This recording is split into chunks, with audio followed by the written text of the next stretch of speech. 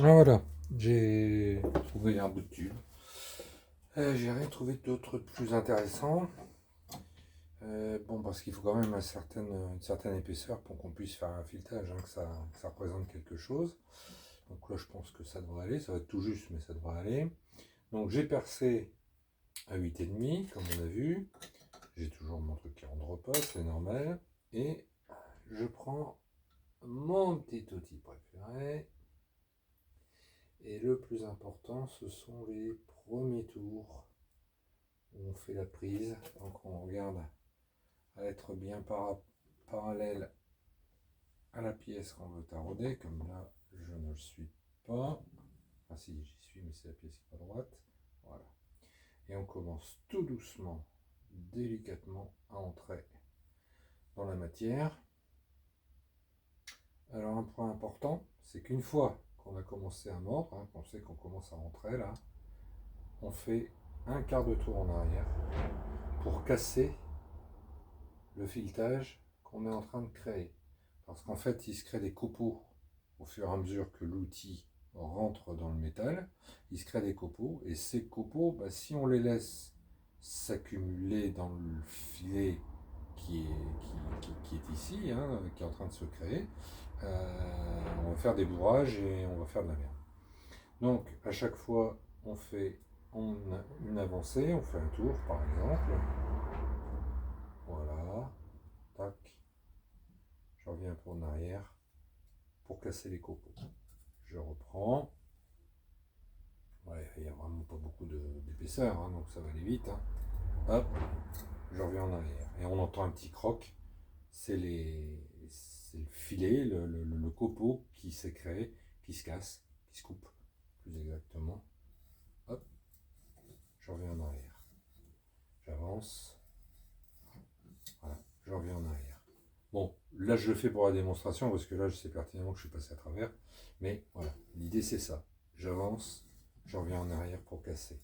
J'avance, je reviens en arrière pour casser. Voilà. Là je suis passé à travers, sans aucune difficulté. Si vous avez un métal qui est un petit peu récalcitrant, qui est un peu dur, n'hésitez pas à mettre de l'huile de coupe. Là, vu l'épaisseur, c'était vraiment pas la peine. Là, je dévisse. Je dévisse. Voilà.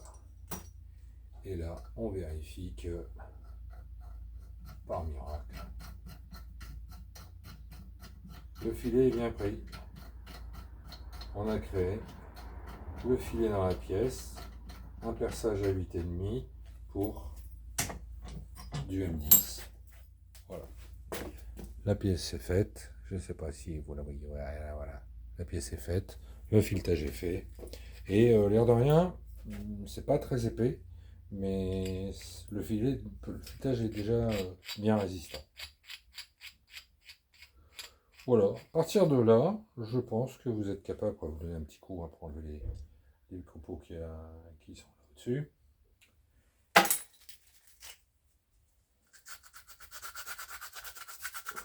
Histoire d'avoir quelque chose de propre. Hein. Bien, ah bah je vais vous montrer une astuce, tiens. Quand vous percez dans une pièce ronde, comme ça, vous allez voir, il y a un truc facile. Hop, il suffit que je la trouve. Je vais pas si, voilà. Une petite astuce. Une lime ronde. Et vous nettoyez avec votre lime ronde. Voilà. Et là, vous avez une pièce bien propre. Et toujours efficace. Voilà. Eh ben, on a fait le tour de la question, je pense. Bon, s'il y a des questions, comme d'habitude, rendez-vous sur le forum. Mais je pense qu'on a fait le tour de la question. Allez, je fais une petit bonus. Quand vous devez découper une vis comme ça elle est trop longue, vous devez la découper. Vous la découpez à la tronçonneuse ou à la scie à main. Qu'est-ce qui se passe? Vous avez des bavures. Quand vous venez avec votre écrou, eh ben, c'est la galère pour aller enquiller votre écrou. Alors qu'est-ce qu'on a tendance à faire? Bah, justement, on prend on lime, machin, etc. Ça marche plus ou moins bien, le filet se met de travers, etc. Pour éviter cette galère-là, vous passez un écrou d'abord.